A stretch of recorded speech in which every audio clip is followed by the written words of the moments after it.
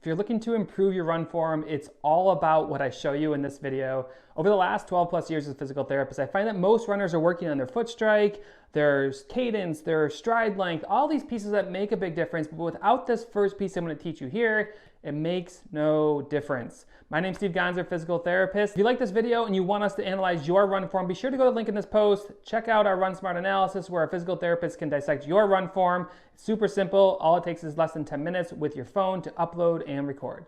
So what am I talking about when it comes to run form? I'm talking about symmetry and strength. When you evaluate someone's running, everyone likes to look from the side. You know, you're running by a shop window and you look and say, oh, I look great.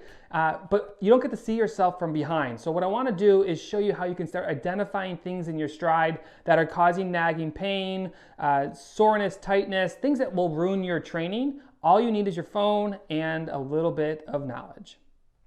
Okay, so what we're going to look at is a runner, and we're going to slow this down a little bit. This is half speed, and then we're going to take this even a little bit slower, and we're going to take it to quarter speed. Now, what I want to focus on here is symmetry with this runner. Okay, so what we're going to do is we're going to watch this runner. We're going to take her at quarter speed, and we want to dissect the movement, because when you can actually look at the runner itself, it just speaks to, you can start to see where these imbalances develop and why things get sore over time. So we're just going to pause this, and we're going to look at two different things. I want to start with the left foot, and we're just going to have this runner work through and stop here. Now you're going to record yourself, and what you're going to do is you're going to take yourself from behind, and you're just going to drop a line down the center. And basically from here, we want to evaluate right versus left side. How symmetrical are we? And then we want to compare that to the other side. When the body is weak or has mobility issues, you'll start to see the compensations play effect into the symmetry of the body. So we can see that the body looks pretty symmetrical. We can see the shoulders are relatively level. The elbows aren't too bad, maybe a little bit off. The hips are pretty good. And only big thing here is that right hand drop. We can see how that right hand is going down and touching the pocket. Now what we want to do though, again, is look at the other side. And I encourage you guys to grab your phone, get this footage, or send it to us so we can help you identify these.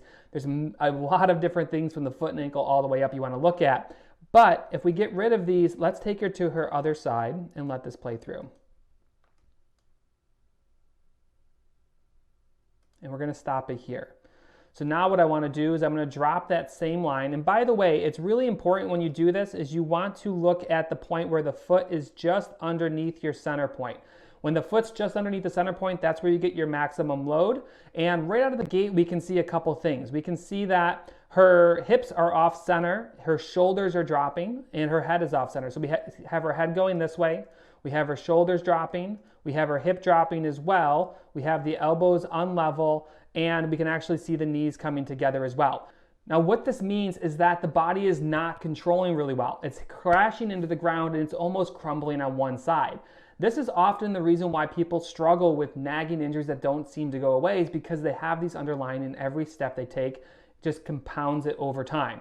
So take a look at this. Let me show you another runner and you can get a better example of the control through the hip. So now we're going to watch this runner come through, and we're going to compare that same thing, right versus left side. I want to start on the left side. It happens that both of these runners are a little bit stronger on their left compared to their right. And I might be wrong there. Yeah, she's stronger on her right, so this is good. So now we're going to look at this runner, and we're going to compare right versus left sides with her as well. We're going to find the opposite is true. She's having issues on her left side. Her right side looks pretty good. So we're going to go ahead and pause this right here. Remember, foot's underneath the center. Drop a plumb line right down through the center of the body. We're going to back this up a couple frames.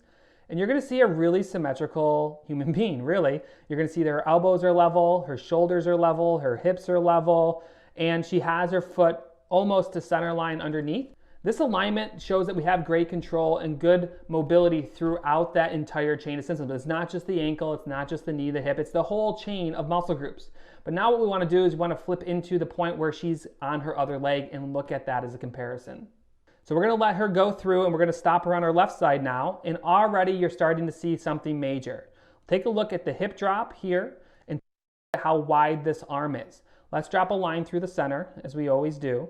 And you're going to see that this runner has her left head off center. You can see her right hip is dropping, her left shoulder is dropping, and her elbows are dropped as well.